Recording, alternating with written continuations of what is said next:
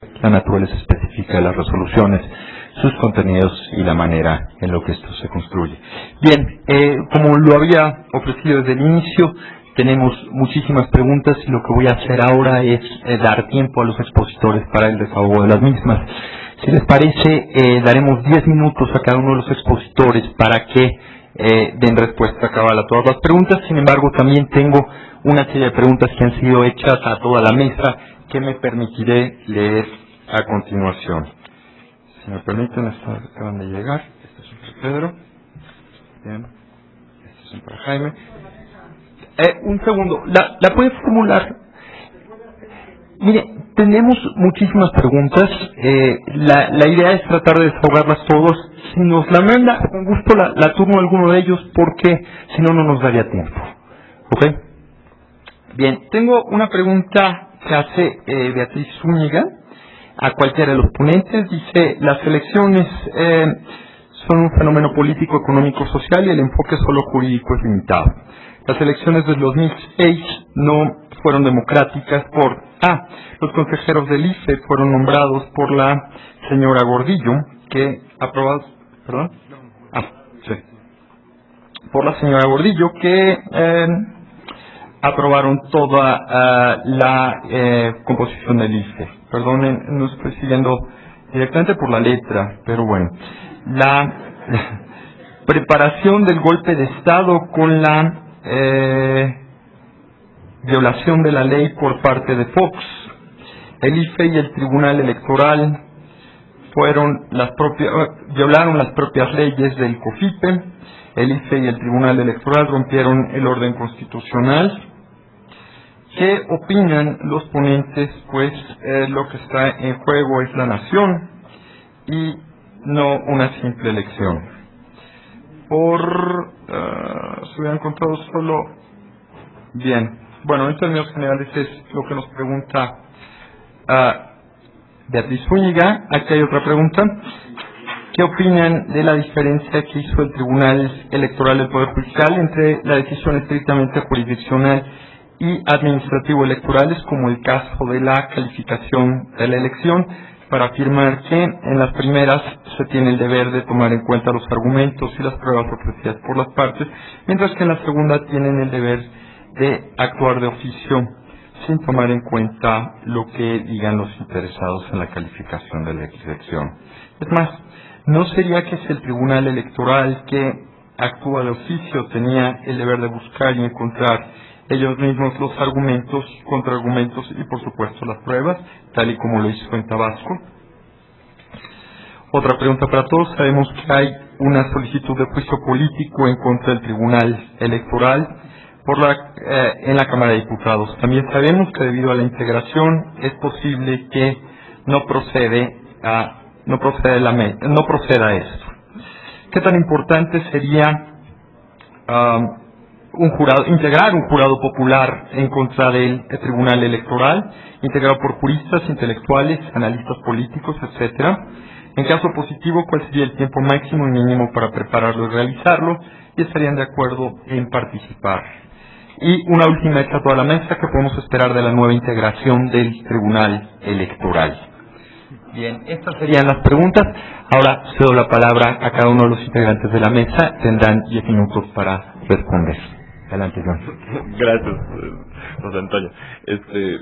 Voy a aprovechar también para dialogar con mis colegas aquí en la mesa en sus exposiciones muy interesantes. Luego contesto estos rápido.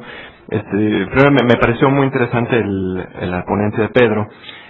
Dice que no hay elección perfecta y como lo dice la misma magistrada Berta Alfonsina, pero yo insisto que el papel del tribunal no era evaluar la perfección de la elección, era asegurar la certeza de la elección, la legalidad, la independencia, etcétera. Dice Pedro que el bien titulado mayor son los 41 millones de votos. Puede ser que sí hay que valorar estos votos, pero sobre todo lo que está en juego aquí es cómo se cuentan esos votos y la calidad de las mismas. Lo que se tiene que decidir, el bien tutelado mayor, es asegurar que el que ellos pronuncian presidente de la República recibió la mayoría de estos 41 millones de votos. Eso es lo que tienen que asegurar, y eso es lo que no hicieron. Nos dejó la duda con respecto a el sentido de esos 41 millones de votos, ¿no? En general,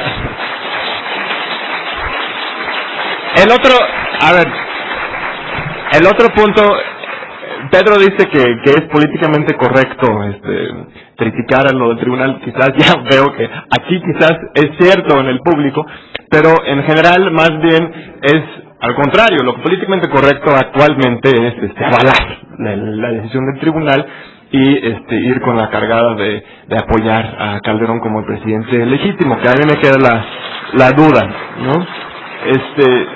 Bueno, el último punto nada más es que en el balance que hace el tribunal con respecto a que todos ya hubo problemas de los dos lados. López Obrador dijo chachalaca, Calderón dijo peligro para México. Aquí tenemos que hacer una distinción muy clara, y lo que tendría que hacer el tribunal es evaluar el impacto de las ilegalidades, ¿no? Decir chachalaca al presidente no es ilegal, ¿no? Al contrario, el tribunal mismo falló que la campaña negra de Calderón eran actos ilegales, y eso estaba en la televisión desde 2 meses. El tribunal mismo encontró que los anuncios del Consejo Coordinador Empresarial eran ilegales, ¿no? Entonces, no es nada más, la gente dice luego el observador gastó más en televisión, puede ser cierto, pero eso tampoco es ilegal. Entonces, la cuestión aquí es realmente medir el impacto de las ilegalidades, ¿no? En general, el tribunal no tiene que ver tan integralmente la elección, tiene que marcar lo que dice la ley, y ahí dialogamos con López Ayón, Sergio, con respecto a los dos caminos, de lo de material y formal. Yo creo que sí hay un punto medio, que es justamente la Constitución, ¿no? O sea, los principios materiales, según Weber, son los principios hasta religiosos, o sea, los extra legales, como tú bien lo resumes, ¿no? Que ve los principios morales y humanos, mientras el otro es una lectura muy estricta, electrista de la ley, de cuestiones formal. Yo digo que hay un punto intermedio. Yo no estoy abocando para que los jueces se hubieran erigido en defensores de la patria como sí, o la perfección de la elección siquiera, pero lo que tendría que haber hecho es sí tomar en cuenta la Constitución y llenar los vacíos legales que estaban ahí. Pero bueno, voy rápido con las preguntas. Por favor, no aplaudan. Al final a todos, ¿no? No lo estamos, si no parece que estoy diciéndolo para que me aplaudan, para nada. Al final, por favor, vamos a darle la razón a Pedro, que es políticamente correcto, pero al final, por favor, ¿no? En verdad, la mayoría legítima que habló con presidente de ser así, es así. ¿Cuál es esa mayoría? Aquí hace el punto muy relevante que una minoría votó por Calderón. Incluso se podría hacer la ecuación que, por ejemplo, más personas creen que hubo fraude que votaron por Calderón. O sea, 14 millones de personas votaron por Calderón, y actualmente unos 30 millones de personas creen que hubo fraude. Entonces sí, efectivamente es una minoría, aunque sí hay aquí tengo unos datos, sí, unos 64% dicen que el fallo del tribunal estuvo bien y que no hay ningún problema, ¿no? Entonces, pues hay varios datos ahí. Ante el desempeño de los magistrados, ¿cuál sería el perfil que deben cumplir los magistrados que están elegidos para garantizar la imparcialidad? Pues pluralismo, ojalá que se le dé un aire fresco al tribunal, que no sea nada más personas de carrera judicial, pero también conocedores de la materia electoral y desde la academia. Desafortunadamente quedó fuera de nuestro colega aquí, Jaime, en la primera ronda. Mari Carmen era lista, iba a estar aquí, yo entiendo que por eso no está, para no tener problemas. Es un buen candidato, evidentemente. Tenemos un investigador aquí de jurídicas, Gonzalo Oropesa, que está en la lista todavía. Yo creo que hay que tener una pluralidad y una mezcla, y realmente, obviamente, el consenso en el Senado sería totalmente necesario, ¿no? En la elección de 2000 de Estados Unidos no hubo certeza. Con la cuestión de la reacción, Gore no hizo nada y el observador ha hecho mucho. Son los dos extremos. Quizás Gore literalmente no hizo nada. Incluso la movilización social fue del Partido Republicano. se inició recuento en Florida y llegaron masas de personas en Miami para detener el recuento, y se detuvo el recuento a partir de una movilización social de parte de Bush para pararlo, y Gore nunca hizo nada al contrario, aunque era reconocido que él había ganado la mayor cantidad de votos en la elección constitucional, aunque por la forma, ¿no? Entonces, pues yo no sé, yo creo que en principio los movimientos sociales no son negativos para la democracia, son positivos. En segundo lugar, el hecho de que el observador se haya declarado el presidente legítimo, puede ser cuestionable desde un enfoque político, pero legalmente pues, no es ningún desacato. El que tiene que acatar la resolución del tribunal es el presidente en turno. Fox tiene que entregar el poder a Calderón. Tendríamos un problema de desacato si el presidente en turno no quisiera entregar el poder al presidente electo. Eso sí sería una crisis constitucional, un desacato a la resolución del tribunal, porque la resolución del tribunal ordena al gobierno entregarlo, y esto ocurre en otros países, ¿no? O sea, realmente, cualquiera puede declararse presidente. El problema de fondo es que millones de personas lo siguen, y bueno, para algunos será problema, para algunos no, pero el problema desde un enfoque estructural es ese, ¿no? Después del término del proceso electoral 2006, se puede cuestionar el tribunal cuál las reformas, pues evidentemente sí hace falta una reforma electoral integral. Pues ya se me va el tiempo, oigo los sonidos de que no se el tribunal, lo de la cuestión de la nulidad abstracta, dice, no es precisa información que maneja el tribunal electoral a través de la escala superior, solo va a considerar la causal abstracta de nulidad de una elección en Tabasco. Esto no es precisa tampoco. Por un lado, estás diciendo aquí que es cuestión de que la hayan considerado en muchísimos casos, cuestión de considerarlo, pues Oaxaca, Veracruz, etcétera. En cuestión de aplicarlo, aquí hay un debate. Bueno, en primer lugar, la jurisprudencia se crea a partir de 3 decisiones en el mismo sentido. Entonces, aquí ya tenemos 3 en cuanto se haga jurisprudencia en Tabasco, y luego también están los casos de Colima, de Zamora y de Coahuila. Ahora, estos 3 casos, la cosa aquí es muy interesante. En Colima, efectivamente, hay un artículo en la Constitución que permite que la nulidad por cuestiones generales sea material, pero todavía están erigiéndose en un tribunal constitucional. Y el tribunal, eso es lo importante, ¿no? Y en las 2 diputaciones de 2 en 3, efectivamente toma en cuenta las 2 cosas, el material, la cuestión de la nulidad material y abstracta, al final de cuentas los juntan en uno solo, pero lo importante es que en todos estos casos se toma en cuenta de las manos la Constitución y sí lo utilizan. Entonces, sí hay más antecedente que solamente el de Tabasco, es el punto importante, ¿no? ¿Cuál cree que vaya a ser el sentido de las peticiones sobre la posibilidad de acceso a las boletas? Pues ya negaron el amparo por cuestiones de, aquí está Daniel Izárraga, lo vi, ahí está, bueno, no lo he señalado demasiado, pero Daniel es el que desde el proceso lo ha hecho, ya se negó el amparo por ser cuestión electoral, están ahorita en un proceso de revisión. Hay 2 caminos, también se tiene que ir por el mismo IP. Yo creo que el momento clave ahorita es que los consejeros electorales ahora tienen que pronunciar al respecto, porque la primera decisión negativa del IFE fue un acto, solamente decisión de un comité de información, y el documento fue firmado por el coordinador de asesores de la Secretaría Ejecutiva y el coordinador de la unidad de enlace, 2 funcionarios del IFE, y ahora los consejeros mismos tienen que dar la cara ante esta situación. Entonces eso pasará pronto y hay que mantenernos muy atentos. Las experiencias electorales en México, el fraude está relacionado con proyectos neoliberales. Eso es más bien comentario que pregunta. ¿Estarías de acuerdo que las boletas estuvieran disponibles a partir del 1 de diciembre de 2012?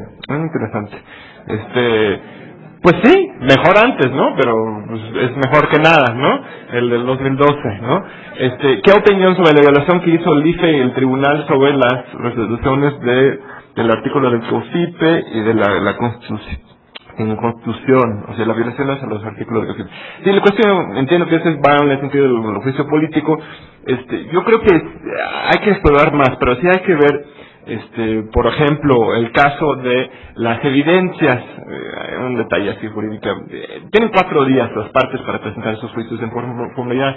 Si en esos 4 días piden información a una autoridad y esa autoridad no lo entrega a tiempo, el tribunal está obligado, siempre cuando la parte lo pide, el tribunal está obligado a darle seguimiento a esa solicitud, ¿no? Entonces, Hay alegatos de que la coalición, hay muchas evidencias que pidió la coalición que el tribunal nunca solicitó, o en su caso sí lo solicitó y nunca lo tomaron en cuenta, ¿no? Entonces, y si ven el examen, los primeros 10-15 páginas son claves, porque ahí hacen una argumentación muy extraña. Dicen que, como es la parte oficioso del, ya no jurisdiccional plena del tribunal, no tienen que tomar en cuenta estas evidencias, ¿no? Que para mí debería ser al contrario, como es oficioso ya pueden tomar en cuenta mayor cantidad de evidencias, pero bueno, usar ese argumento otras cosas desechan, pero esto es cuestionable desde un enfoque legal, entonces se podría dar seguimiento a eso si se quisiera. La otra pregunta: ¿es posible proceder legalmente con los magistrados? Posiblemente, no me consta, pero yo creo que Jaime ahí igual sabe más.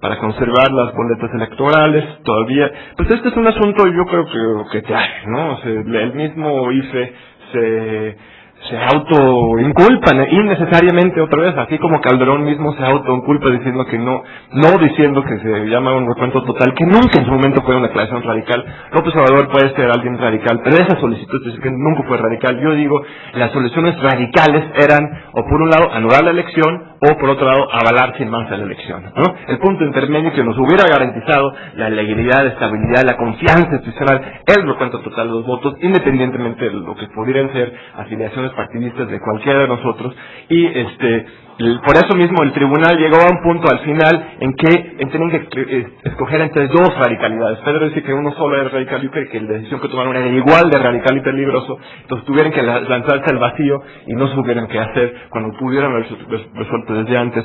Entonces, ahí lo dejo, por favor. Gracias. Gracias, John.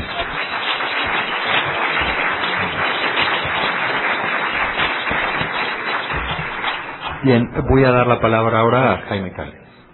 Gracias. El método que inauguró John es muy bueno, de primero hacer algún comentario general y dar respuestas. Vuelvo a decirlo con lo que comenzaba mi exposición. El derecho, la ciencia jurídica no es neutral, ¿no? El derecho es siempre expresión del poder y sirve para el poder, eso lo tenemos que tener muy claro. El derecho funciona democráticamente y a favor de los derechos humanos cuando hay igualdad en la sociedad. Si no hay igualdad en la sociedad, el derecho es un instrumento de dominio, es un instrumento de clase, es un instrumento de poder. El derecho no es neutral. Aquí estamos, en esta mesa, como ustedes pueden apreciar, personas que justifican la decisión del tribunal y personas que criticamos la decisión del tribunal. La función de la mesa debe ser la de discutir, ¿no? O sea, creo que lo estamos haciendo, y como lo hemos mencionado algunos de nosotros, esta discusión va a durar meses, años, es una discusión histórica. Aquí no se trata ni de justificar la decisión del tribunal, ni tampoco solamente criticarla, sino comprenderla y discutirla. Me gustó mucho esta distinción de Sergio López Ayllón entre justicia formal y material de Weber. A mí lo que me llama la atención, Sergio, es, ojalá que ahora que nos lo comentes, es por qué tomar en cuenta solamente a Weber o a Luhmann y no tomar en cuenta a otros teóricos de la legitimidad y de la justicia, como puede ser el propio Habermas o Alexis. Y estoy de acuerdo en lo que dice John Ackerman. No se trataba de que el tribunal dictara sentencias acudiendo a principios éticos o a principios políticos. Lo que se quería del tribunal es que aplicara la Constitución, que aplicara los principios jurídicos de la Constitución, los principios de certeza, independencia, legalidad, imparcialidad, autenticidad de las elecciones. No son principios éticos, no son extrajurídicos, son principios jurídicos. Y el tribunal no aplicó esos principios, que eran jurídicos, tan jurídicos o más jurídicos que lo que señala la ley secundaria. Y el tribunal no hizo en estas resoluciones, desgraciadamente, o no hizo a plenitud, no hizo con profundidad, como lo había hecho en ocasiones anteriores, una interpretación de la ley desde los principios jurídicos de la Constitución. Entonces, me parece que las teorías de la argumentación jurídica y la idea de los principios constitucionales salvan esta diferencia entre justicia formal y justicia material, la argumentación jurídica. Y es muy curioso, fíjense, el Tribunal Electoral es de los pocos tribunales de este país que gastó, no sé, miles de pesos o muchos pesos, millones, en estudiar temas de argumentación jurídica. A partir del 2000, Tony Caballero, que es experto en esto, me lo va a decir, hicieron no sé cuántos cursos, trajeron a profesores extranjeros, tradujeron obras jurídicas sobre argumentación, es decir, sabían de lo que se estaba hablando, sabían que lo importante es la interpretación de la ley, pero siempre desde la Constitución, a partir de esos principios constitucionales, y no lo hicieron. Es cierto lo que dice Sergio, cada vez la sociedad mexicana tiene más expectativas hacia el derecho, hacia lo jurídico. El problema es que la sociedad en México no tiene las armas jurídicas para acudir a los tribunales. Por eso desconfiamos de los tribunales. Miren, en esta materia electoral, los ciudadanos no tenemos, como decimos los abogados, legitimación procesal activa. Es decir, por más que la elección sea cochina, y si los partidos se ponen de acuerdo, y los ciudadanos no tienen un recurso, no tienen un instrumento procesal para impugnar la elección, porque todo el diseño de la ley de medios, la ley secundaria, está diseñada, está pensada en función de los partidos. Los únicos que pueden impugnar la validez de la elección son los partidos políticos. Los ciudadanos no tenemos armas jurídicas. ¿Cómo podemos creer los ciudadanos en nuestro sistema jurídico si el sistema jurídico no nos da las armas para participar, para impugnar? Yo cuántas veces he querido impugnar, y ahora lo está viviendo la revista Proceso, en lo que muchos nos adherimos para que se contaran los votos, la respuesta de los tribunales es sistemática. No hay causal de improcedencia, debe sobreseerse el amparo. La juez de distrito que sobreseyó este amparo, la juez cuarta de distrito, este amparo que presentó Proceso, en muchos otros casos ha hecho lo mismo. De entrada, desecha de plano las demandas de amparo. ¿Con qué argumento? Un argumento de fondo, ¿no? Un argumento procesal. Los ciudadanos, en este caso este es un asunto electoral, corresponde al tribunal, ¿no? Es causa de improcedencia. O el otro argumento también muy común de los tribunales federales, no hay interés jurídico. Un ciudadano particular no puede defender los derechos de otros ciudadanos, no puede acudir a la vía de amparo. Entonces nuestras expectativas sobre el sistema jurídico son muy bajas, porque el sistema jurídico no nos da los mecanismos jurídicos para actuar, para participar, para construir, para perfeccionar ese sistema jurídico. ¿Cuál es el problema de fondo? Bueno, muchos problemas hay de fondo en esta elección, políticos y jurídicos, seguramente también sociales. Uno de los problemas era el consenso al que se refería también Sergio. En 96 hubo un consenso sobre las reglas, pero hay que matizar. Sí, hubo un consenso sobre las reglas y los principios de la Constitución. No sé si ustedes recuerdan, el 22 de agosto de 96 es cuando se publica la reforma constitucional, y ahí sí, todos los partidos que tenían representación en la Cámara aceptaron esas reglas y esos principios. Pero cuando se trató de las reformas al COFIPE, cuando se trató de la aprobación de la Ley General de Medios, ahí ya no hubo consenso. El 22 de noviembre del 96 se aprueban las reformas al COFIPE, se aprueba la Ley de Medios, reformas al Código Penal para establecer delitos electorales, y esas reformas se hicieron solamente en el Congreso con el voto del PRI, solamente el PRI. Si las reformas secundarias no tuvieron el consenso, las reformas constitucionales sí tuvieron el consenso. Y yo recuerdo que desde esa época, por ejemplo, el Partido Acción Nacional, en esa época oposición, impugnó algunas reformas secundarias del COFIPE en materia de financiamiento. Recuerdo que Felipe Calderón, siendo presidente del PAN, le regresó un cheque a la tesorería de la Federación porque le parecía ese financiamiento público escandaloso. Ellos fueron los que comenzaron en primer lugar a impugnar las reglas secundarias. Es decir, el consenso siempre fue imperfecto. Hubo un consenso sobre la Constitución, pero no sobre las reglas electorales. El perfil de los magistrados, bueno, ya no soy parte porque ya estoy fuera de la contienda, los ministros de la Corte. Pero creo que es muy interesante decir algunas cosas, ahora que ya no soy parte de este asunto. A mí me parece lamentable, de nuevo, no sé si ustedes vieron por televisión, en el canal judicial, el procedimiento que utilizó la Suprema Corte para escoger a los 32 miembros que estarán en las finales para ser propuestos en las ternas que la Suprema Corte enviará al Senado para la designación de magistrados. Me da risa ese procedimiento tan ridículo, no sé si lo vieron. Hubo unas cartulinas de colores, primero de color amarillo, después unas cartulinas de color blanco, unas cartulinas de color azul. El secretario general de acuerdos en funciones iba destruyendo las cartulinas.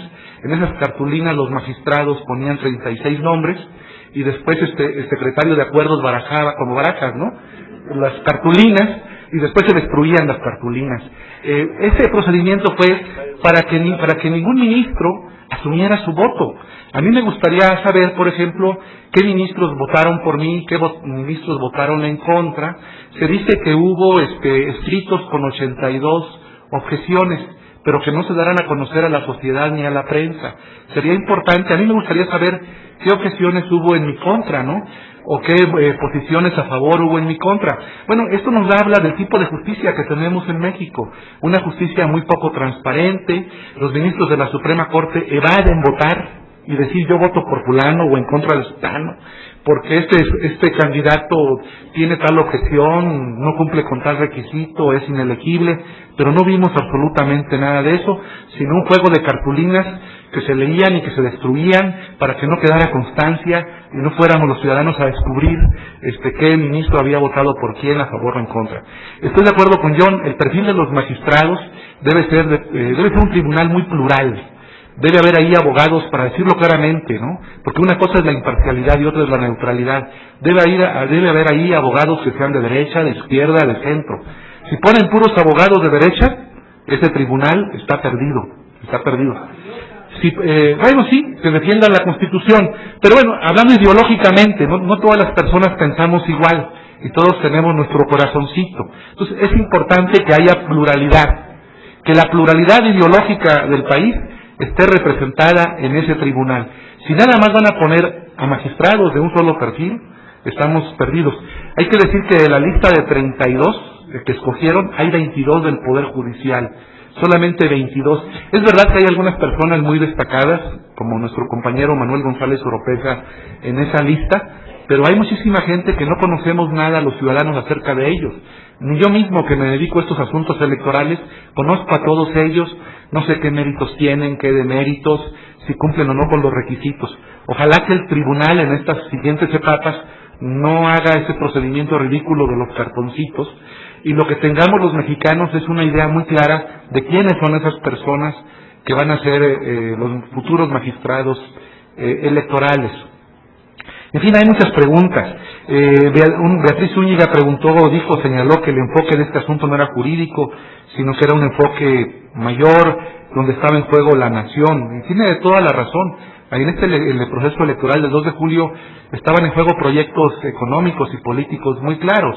Aquí estaba la posibilidad de mantener el neoliberalismo, tal como lo conocemos en México desde el año 82, o la posible transformación o cambio de ese sistema neoliberal. Me comentaron también qué posibilidades tenía el juicio político en contra de los magistrados. Seguramente, desde el punto de vista formal, tendrá pocas. Ustedes saben que en la Cámara de Diputados hay mayoría del PRI y del PAN. Es difícil que este juicio político proceda, no porque falten razones jurídicas, sino en función de los números y de los diputados del PRI y del PAN que están en ambas cámaras. Pero un juicio político puede proceder, lo dice el artículo 7º de la Ley Federal de Responsabilidades de los Servidores Públicos, procede cuando un servidor público viola la Constitución y las leyes federales. Entonces creo que hay elementos suficientes para señalar que los magistrados violaron la Constitución y las leyes federales.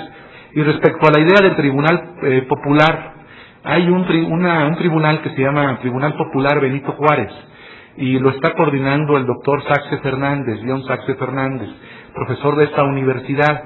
La idea es crear un tribunal popular para juzgar a los magistrados del Tribunal Electoral. Ese ejercicio se planea hacer el mes de noviembre, a finales del mes de noviembre. El que esté interesado en participar como parte, como fiscal, como abogado defensor de los magistrados, como magistrado del tribunal, como testigo o como perito, está invitado. Las oficinas del doctor Saxe Fernández están en la Torre 2 de Humanidades, en la Coordinación de Humanidades, en el 4º piso. Pueden buscarlo a él o a su asistente para que, ya voy a terminar, para que les informe más acerca de este jurado popular. Hay muchísimas preguntas, yo ya no quiero incordiar a mis compañeros. Voy a contestar algunas, tres, si me permiten, tres, así escogidas al azar. Hay unas muy interesantes. Hay una donde me dicen, si los empresarios violan la ley y no se les sanciona, ¿de qué nos sirve esa ley? ¿Qué podemos hacer los ciudadanos? Este es un debate que tenemos algunos investigadores del instituto. Si la ley electoral da pie o no para sancionar a particulares que cometen irregularidades durante el proceso. La visión general hegemónica de la interpretación de la ley es que la ley electoral no da pie a sancionar a personas que no son los partidos políticos por violaciones al COFIPE. Pero en mi caso, otros, como es mi caso, consideramos que la ley electoral sí podría permitir la sanción a los empresarios. Lo que pasa es que el IFE, ni en la época en que yo estuve, ni en esta época, ha querido utilizar este artículo del COFIPE que les voy a leer, que es el artículo 272, párrafo primero, que dice: a quien viole las disposiciones de este código sobre restricciones para las aportaciones de financiamiento que no provengan del erario, se le podrá sancionar con multa de hasta el doble del monto de lo aportado indebidamente. Y al final el artículo dice, en la determinación de multa se seguirá en lo conducente el procedimiento señalado en los artículos anteriores. Es decir, con este artículo se podría iniciar un procedimiento de carácter administrativo por parte del IFE para sancionar a los miembros del Consejo Coordinador Empresarial que mediante esta vía contrataron tiempos de radio y televisión y aportaron indebidamente recursos privados a la campaña de Calderón. Pero bueno, el IFE no ha iniciado ningún procedimiento, el Tribunal Electoral se encargó solamente en regañar y decir hicieron muy mal en haber hecho esto, pero no hay procedimiento. Yo creo que sí hay procedimiento y que el IFE podría utilizar el procedimiento del artículo 272.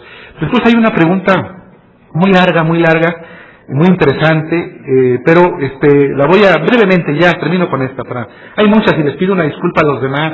Hay preguntas, por ejemplo, de los científicos de la UNAM que dicen que por qué no se tomaron en cuenta métodos de estadística en la determinación de la sentencia del tribunal, tales como la campana de Gauss y la ley de Benford, que son, supongo, leyes de la matemática y de la física.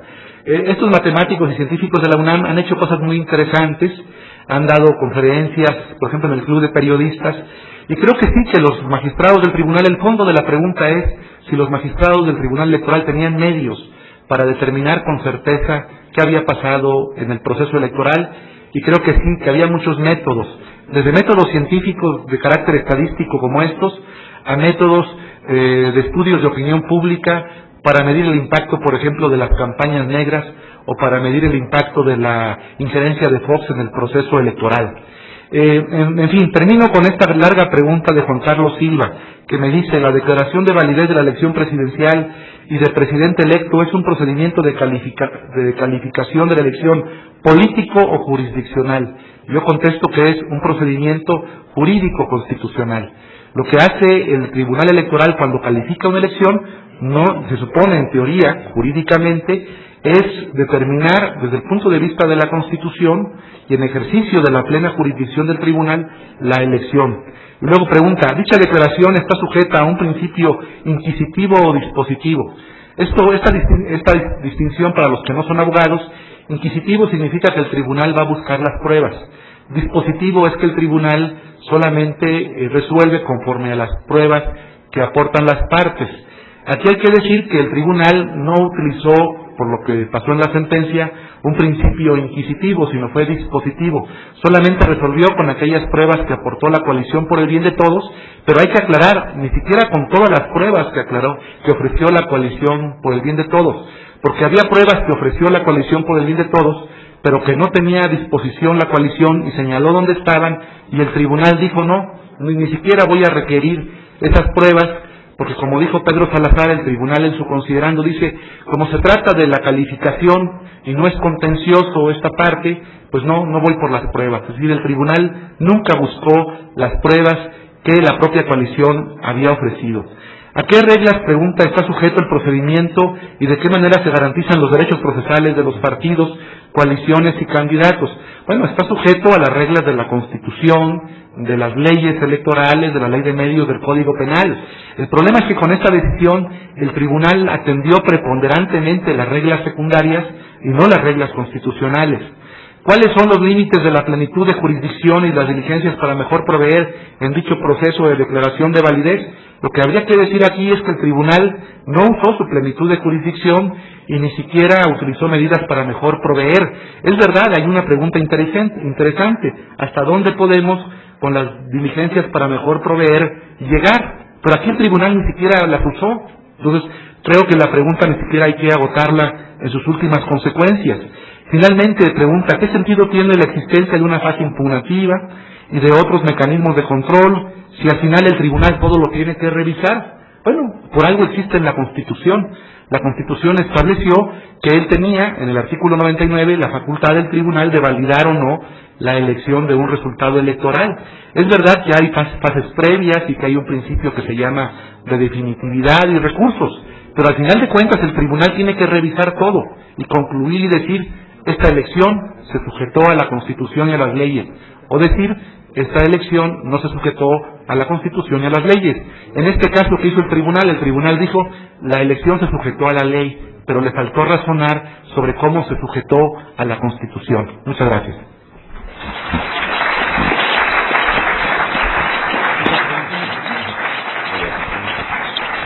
Muy bien. Bueno, cedo la palabra ahora Roberto Duque. Sí, gracias. Tengo algunas preguntas en relación con el juicio de inconformidad y si debió haber procedido o no el tribunal a la acumulación. En efecto, como se dice aquí, se solicitó, la coalición por el bien de todos para el recuento total de los votos solicita que del distrito 15 se extienda, es una suerte de acción integral que se extiende a toda la elección por completo. No procedía a la acumulación y eso lo determinó el tribunal, en efecto, como decía el doctor López Ayón, de manera muy bien detallada. Señala que para que hubiera procedido esa acumulación se necesitaba que se hubieran individualizado las casillas en las que se solicitaba el recuento de los votos. Ahí la ley es muy clara, nos puede gustar o no gustar, pero el artículo 52 de la Ley de Medios de Impugnación pues señala que es necesario para la procedencia del juicio que se mencione individualizadamente la casilla específica sobre la cual se presenta la impugnación. Entonces, desecha la acumulación al tribunal, también declara inatendible la solicitud del recuento total por este requisito que exige la Ley de Medios de Impugnación. La verdad de las cosas es que este criterio no es nuevo del tribunal, algo les comentaba ya hace rato. Este criterio parte de 1998, un caso que se da en Chihuahua, en el cual el Partido Acción Nacional en aquella elección había perdido la elección frente al Partido Revolucionario Institucional, impugna y justamente solicita que se haga una apertura total de los paquetes electorales por una serie de causas que considera graves. Lo que señaló el tribunal en esta ocasión es el sub-JRC 052 de 1998, es lo siguiente: es al demandante al que le compete cumplir indefectiblemente con la mención particularizada que debe hacer en su demanda de las casillas cuya votación se solicita, etcétera. Y dice, lo anterior hace que por tal motivo la autoridad responsable no tenga obligación de abrir los paquetes electorales. Y a partir de aquí se sienta la tesis de jurisprudencia que utilizó, ahí sí, a diferencia del dictamen de calificación, que no utiliza sus criterios ni tesis, aquí sí lo hace y utiliza la tesis 09 de 2002, tesis de jurisprudencia, que señala la nulidad de la votación recibida en casilla, debe identificarse la que se impugna, la casilla que se impugna, así como la causal específica. Es decir, ese criterio que tomó para denegar la solicitud de recuento total de los votos viene de 1998 y la ha aplicado linealmente el tribunal. No hay en ese caso variación, y por eso es que no acepta, no considera atendible la petición de recuento total ni de acumulación. Que si es válido que el tribunal señale que hay irregularidades, pero que valen, dice otra de las preguntas. Es muy interesante pregunta, porque en efecto, en la sesión por la cual declaró la validez de la elección, el Tribunal Electoral, hay algunas expresiones francamente desafortunadas, a mi parecer. Una expresión en sentido, por ejemplo, que la conducta de Vicente Fox a lo largo del proceso electoral es jurídicamente reprochable, pero que no alcanza finalmente para declarar la nulidad de la elección. Bueno, creo ahí que me sumo a lo que decía el doctor Jaime Cárdenas, pues el papel no era regañar el del tribunal, y francamente siembra pues algunas dudas, expresiones de esa naturaleza. A mí me parece que debió haber sido más riguroso el tribunal en determinar si sí son conductas antijurídicas las que realizó Vicente Fox. Bueno, pues entonces resolver en consecuencia, porque como recuerdan ustedes, se dijo, el tribunal señaló que en el futuro exhortaban o invitaban a los próximos presidentes de México a que no hagan cosas parecidas, porque no vaya a ser que en otra elección presidencial sí se actualice y entonces ponga en riesgo los votos de toda la ciudadanía. En fin, a ese respecto es importante, y traigo a colación el principio de justificación. Según Ronald Dworkin, un ilustre jurista alemán, es muy importante que los tribunales sepan razonar y sepan expresar con claridad sus razones jurídicas, y al mismo tiempo la publicidad, la difusión que se dé de los fallos en temas como el derecho contencioso electoral es especialmente importante, debe contribuir a que se transparenten sus razones. Es decir, la función del tribunal, creo yo, no solo se ciñe a lo técnico jurídico, también es importante que los tribunales establezcan con claridad cuáles fueron las razones jurídicas que sustentan sus fallos. Y aquí creo que quedó un poco a deber el Tribunal Electoral. Por otro lado, una pregunta en el sentido que la carga de trabajo que tuvo el tribunal no es pretexto para dictar sentencias huecas, sin duda alguna, no es pretexto, pero sí me pareció importante hacer el señalamiento por ser una circunstancia fáctica a la que se enfrentó el Tribunal Electoral. Este tipo de circunstancias se suelen considerar. Hay países en donde no han procedido reformas constitucionales y legales en materia de amparo, por ejemplo, para contemplar el interés simple para la promoción del juicio de amparo, porque calculan el alud de recursos que va a llegar al Tribunal Constitucional o a la instancia judicial que está encargada de su resolución, y en fin, prefieren mantener con base en estos criterios el número de recursos que pueda llegar. En cualquier caso, no me parece que en las sentencias del juicio de conformidad sean huecas. La verdad, yo invitaría a todos los que están aquí por interés, los que no lo hayan hecho, a ingresar a esas sentencias resueltas el 28 de agosto, están en la página de internet del tribunal. De verdad es una labor en honor a la verdad muy exhaustiva, sorprendentemente exhaustiva. El tribunal pues bueno, revisó decenas de miles de documentos, entra a un grado de detalle sorprendente, insisto. Hay sitios en sus sentencias en donde escanea la parte del acta de escrutinio y cómputo donde vienen los nombres de los integrantes de las mesas directivas de casilla para corroborar que se trató de un error invirtiendo los apellidos y que no puede determinarse que fuera una persona distinta. En otros casos, por ejemplo, también presenta escaneadas ciertas boletas para determinar alguna confusión en torno a la voluntad del elector. Había boletas en las que en lugar de cruzar un emblema de un partido político, el elector lo que hacía era pues no solo poner una palomita, en algunos casos ponía una carita feliz y cosas por el estilo. Bueno, vienen ahí y lo que dice el tribunal es que, bueno, la voluntad del elector pues, está manifestada, no tiene por qué ser un tache o una palomita.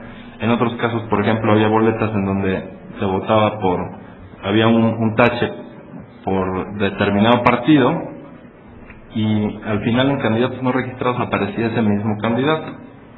Bueno, los partidos contrarios pues, alegaban que debía anularse ese voto porque había dos expresiones. Bueno, si es el mismo candidato, el tribunal consideró que no. Pero de verdad es sumamente detallado el trabajo que hizo el tribunal en las sentencias de los juicios de inconformidad. Y por último, para concluir, estoy de acuerdo en que sea cuestionable que la declaración de validez no esté regulada ni normada, no haya un procedimiento, no esté establecido en la Ley General del Sistema de Medios de Impugnación.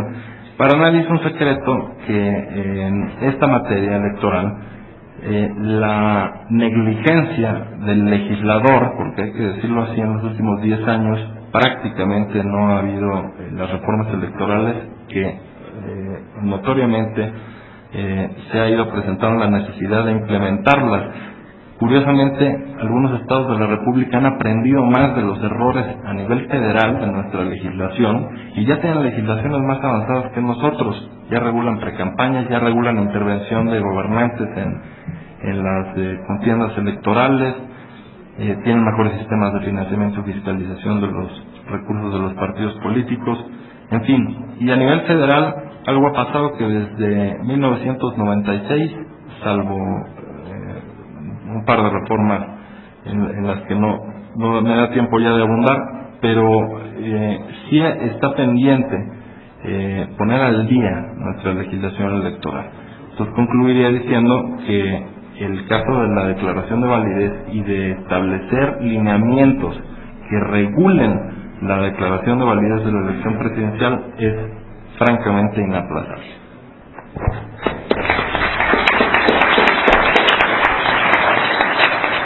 Sergio López Ayón. Muchas eran respuestas a Jaime, pero las comparto. ¿Por qué no trabajo otros teóricos? Porque no tuve tiempo, tenía 20 minutos y era un poco apresurado el asunto. ¿Hay punto medio? No, yo creo que no. O sea, es una tensión permanente, es un ir y venir permanente.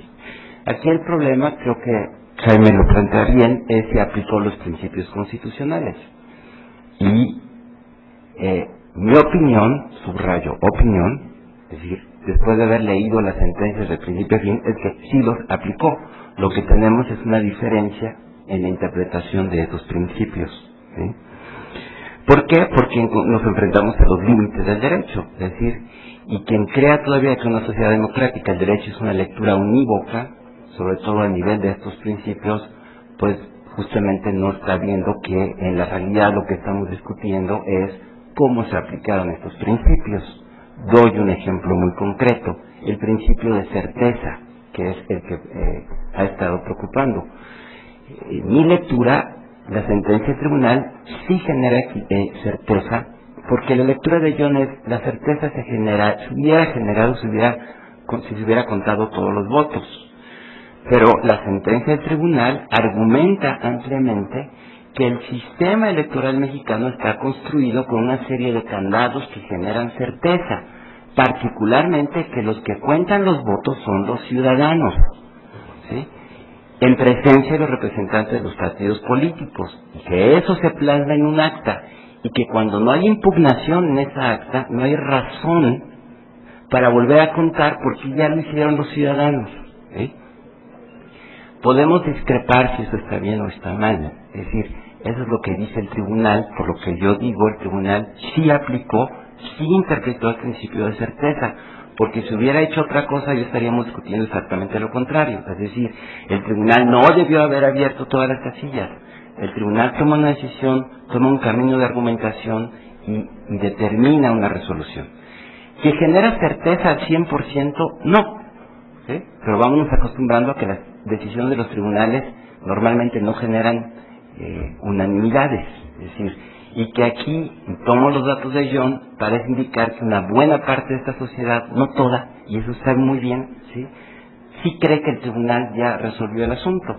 Hay una parte importante de la población de este país, 30% son muchos millones de mexicanos que creen y tendrán sus razones para creer que esta elección fue fraudulenta.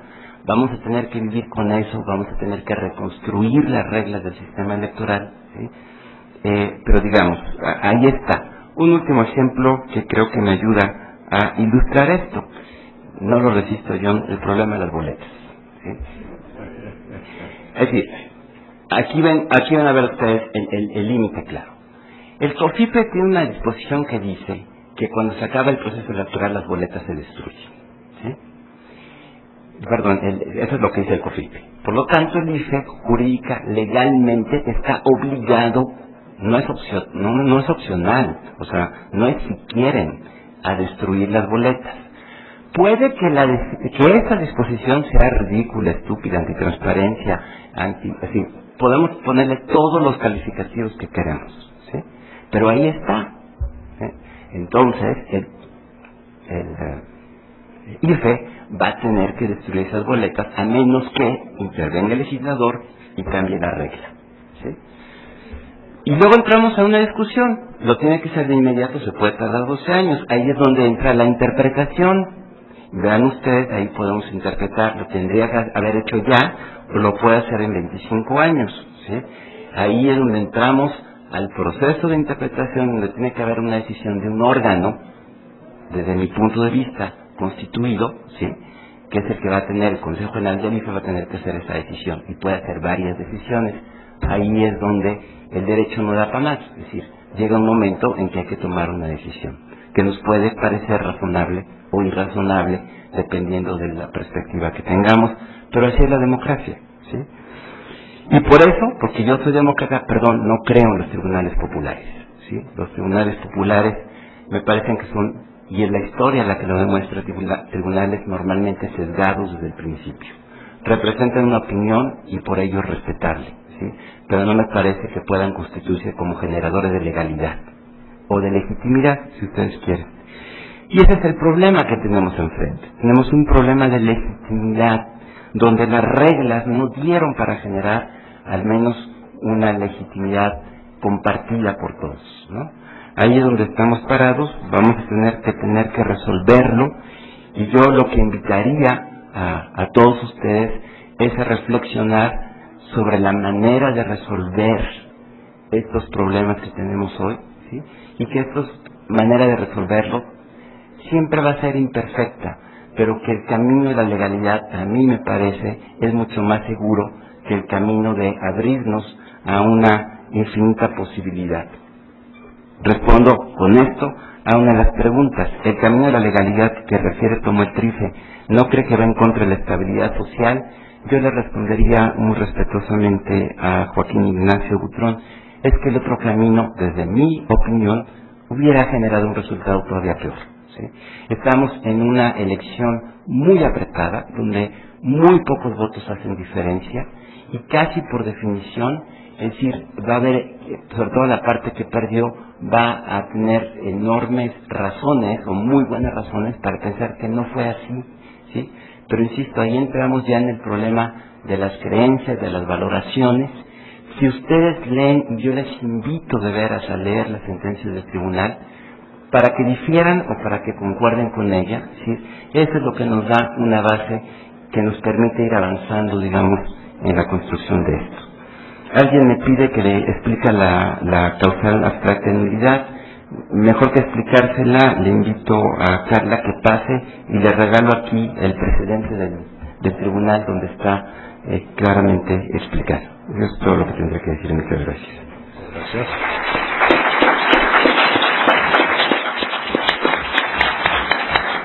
Y Pedro Salazar. Muchas gracias, Tony. Pues agradezco mucho a Rafael Montes Albino, a Francisco Pérez Vega, a Carlos González, a Joaquín Ignacio Butrón Muñoz, a Alfonso Verduzco, a Santiago, no alcanzo a entender bien el apellido, y tampoco el de Esther Vázquez, me parece, sus preguntas, comentarios, observaciones, objeciones. He concentrado en 4 puntos muy breves mis respuestas más o menos generales a la mayoría de ellas. Primero, la más fácil. ¿Estoy de acuerdo en el salario que reciben los magistrados del Tribunal Electoral? No.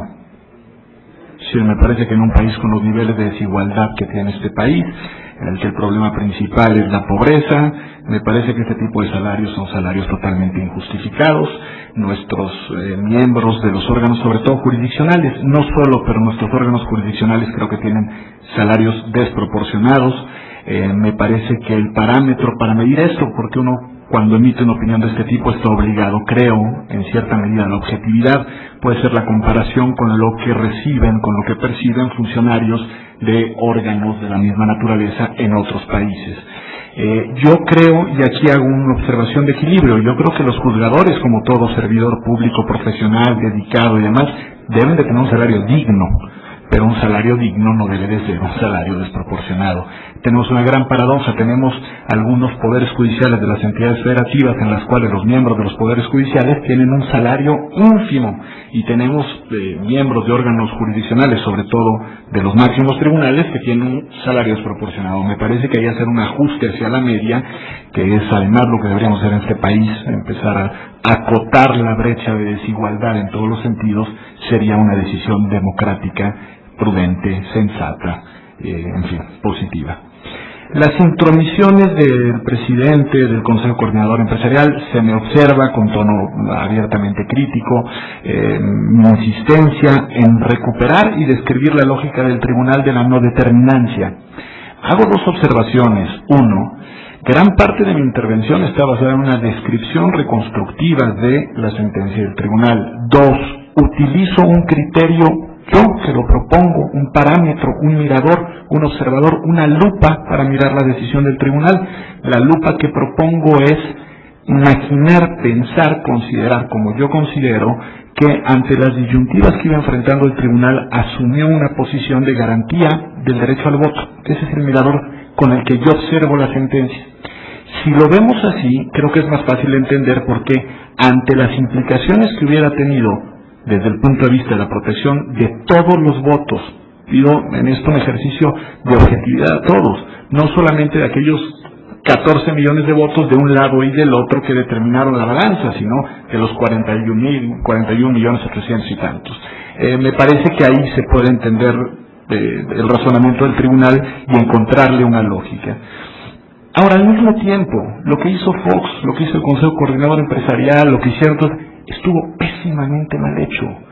Es políticamente censurable, es moralmente objetable. Efectivamente, yo creo que pusieron en riesgo a las instituciones y no solo generaron gran parte de este encono social que no nos deja discutir, deliberar en un tono más tranquilo, más paqueado.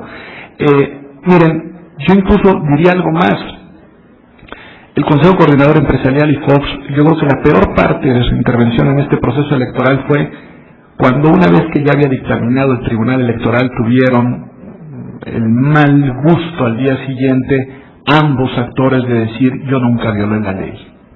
Me parece que ese es un acto de una irresponsabilidad tremenda, porque mirando hacia lo que vivimos durante esos meses aciagos del proceso electoral, lo menos que podíamos esperar es que si el tribunal no llegó hasta donde quizá muchos hubieran querido, no argumentó como muchos hubieran querido, argumentó como argumentó, cuando menos señaló puntualmente dónde estuvieron los excesos.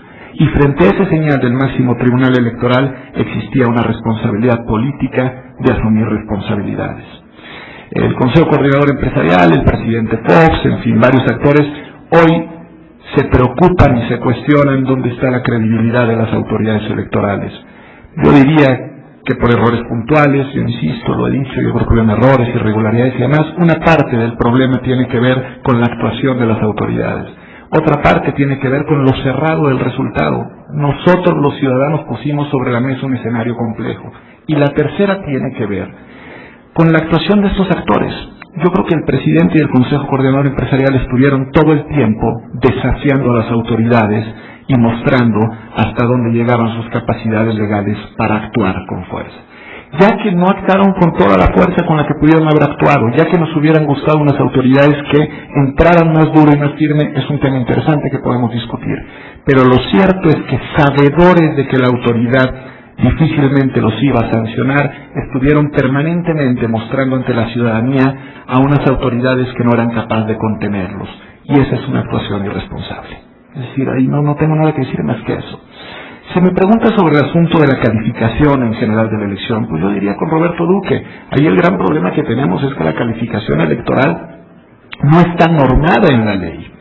La misma causal abstracta es una creación de los magistrados que hoy desde alguna perspectiva a algunos les hubiera gustado, utilizo la tercera persona del plural, hubiera gustado que se hubiera utilizado. Pero en realidad es una causal muy delicada, son los propios juzgadores los que construyeron a partir de una interpretación de la ley una causal no del todo clara en sus componentes para determinar cuándo una elección es válida y cuándo no lo es. Yo lo que diría es, la experiencia del 2006 nos dice que urge que la legislación electoral establezca con puntualidad cuáles son las valoraciones y los procedimientos que debe de seguir la autoridad electoral, como decía Roberto Duque, en esa última etapa de calificación electoral. Y me parece que es muy importante que, sobre todo por lo que hace a la declaración de validez o invalidez de los cargos ejecutivos, tengamos desde la norma mayor certeza de lo que puede suceder. Las preguntas están abiertas. ¿Deben de irse cerrando todas las etapas, siguiendo un principio de definitividad en cada uno de los eslabones del proceso, como José Woldenberg propuso hace algunos días, o debe de hacerse una valoración al final de todo el proceso para emitir un juicio complexivo? No sé, discutámoslo, pero establezcámoslo en la ley, de tal forma que sepamos con certeza y ex ante cuáles son las posibilidades de la interpretación. Los temas de la reforma electoral, todo tiene que ver con las preguntas, no me voy a exceder, Tonito, ya 3 minutos. La elección del 2006 mañana se va a discutir sobre la última etapa, pero la elección completa nos deja muchas lecciones. Sabíamos que teníamos que reformar la ley electoral, se sabía al menos desde el 2003.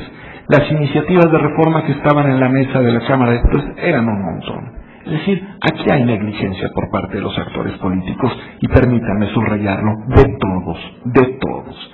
No podemos seguir teniendo un sistema electoral en un país como este en el cual esa cantidad de recursos públicos terminan en las manos de los concesionarios de los medios de comunicación. Es indignante. Además de que es indignante, es políticamente peligroso. ¿Por qué? Porque el debate político se termina simplificando en una serie de spots que, si además le sumamos un sistema presidencial en el cual lo que juegan son las caras de algunos sujetos, entonces por un lado se va simplificando y distorsionando la calidad del debate. Por el otro lado nos vamos todos enconando por lo que ya le dijeron a nuestro candidato en el que nos vemos representados y empezamos a ver a los otros como enemigos radicales con los que no tenemos nada que ver. Y en tercer lugar terminamos en un lodazal de insultos. Bueno, ahí hay un problema. Y mientras las bolsas de los concesionarios de los medios de comunicación se inflan con dinero público. Bueno, evitemos eso. Claro que esto requiere una reforma de mucho valor, de mucho estómago. ¿Cuál es la opción? Hay varias alternativas, pero yo estoy definitivamente por la opción europea e italo-francesa. No publicidad en los medios masivos de comunicación, debates, discusiones, mesas redondas, deliberación de los candidatos en espacios plurales y comunes, pero no spots publicitarios. A mí no me gusta el modelo norteamericano. Yo no concibo la política democrática como una política de libertades extremas en las que se vale decir cada quien lo que sea. Esa es mi opinión en ese tema. El problema de fiscalización. Ahora vamos a tener un broncón del tamaño del mundo. El propio Instituto Federal Electoral va a tener que fiscalizar los recursos de esta complicadísima campaña electoral. hay que sacar del Instituto Federal Electoral la facultad de la fiscalización. O creamos un órgano autónomo, capaz, fuerte, técnicamente profesional para que fiscalice, o démoslo quizá a la Auditoría General pero saquémosle al IFE una tarea que lo único que hace es ponerlo, en primer lugar, en los reflectores todo el tiempo. Dieter Mollen, cuando viene a México, dice que no hay algo que lo sorprenda más de este país que la autoridad electoral está en los periódicos todo el día, todo el año. Dice, en Alemania está el día antes y el día después y se acabó. Hay algo ahí que no funciona y creo que estas facultades algo de esto tienen que ver. Yo propondría que se hace una reforma de esas estratégicas fuertes. Las campañas negras, bueno, ¿qué hacer? Discutamos. ¿Queremos que cualquiera pueda decir cualquier cosa? ¿O queremos que solo los partidos puedan decir cualquier cosa? ¿O queremos decir que solo los partidos puedan decir cosas pero no cualquier cosa? Discutámoslo. Quienes están en la posición, yo me recuerdo de unas discusiones en el Consejo General del IFE, cuando el consejero, en ese entonces consejero Jaime Cárdenas formaba parte de ese órgano de deliberación, se discutieron estos puntos en la instancia del órgano administrativo electoral, y habían posiciones muy liberales, y no crean que únicamente, si es cierto de quienes hoy son abiertamente panistas como Juan Molinar, sino también en esa posición estaba, lo digo, me recuerdo, y están las actas, Emilio Cebadúa, posiciones muy liberales. No recuerdo exactamente la posición de Jaime, pero era que se pueda decir cualquier cosa porque la libertad no tiene límite. Y habían posiciones que miraban la libertad desde otra perspectiva, la posición del consejero del entonces presidente y de algunos consejeros que decían no, la libertad tiene límites. Y los límites no solo son los derechos de terceros, sino también el uso responsable de las libertades para no minar los fundamentos de las instituciones democráticas. Pensémoslo. A mí no me gusta Montiel diciendo que los derechos humanos son para las ratas y no para los delincuentes, por un ejemplo que me parece el ejemplo extremo de el abuso de la libertad de expresión. A mí no me parece que eso sea lo que vamos a tener en democracia. Bueno, pero discutámoslo. ¿Para qué? Para establecerlo con claridad en la legislación y no tener este debate en ese sentido. Por último, me dicen, ¿no ves la realidad de lo que está pasando? ¿No te das cuenta que ahí hay un problema? Claro que me doy cuenta. Es un problema político de magnitudes enormes que hay que resolverlo con inteligencia y con vocación democrática. Nada más que no en esa misma pregunta, en otra se me dice, ¿qué va a pasar? Pues permítame contestar con Max Weber. La cátedra no es ni para los demagogos ni para los profetas. Muchas gracias.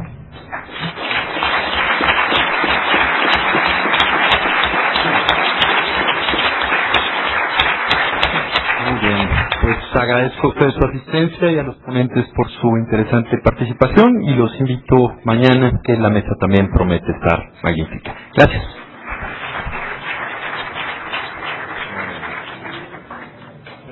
Muy bien. Muy bueno, ¿no?